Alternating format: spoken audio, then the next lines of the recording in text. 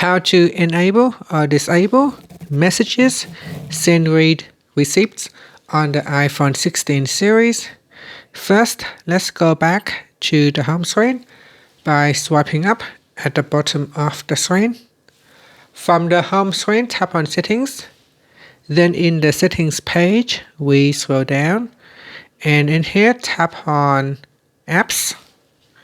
After that, we scroll down and tap on Messages. Now in here, scroll down, then tap on Send Read Receipts. Tap on the toggle button to switch it on or turn it off. Now it said that when this is on, people are notified when you have read their messages. This enables read receipts for all conversations.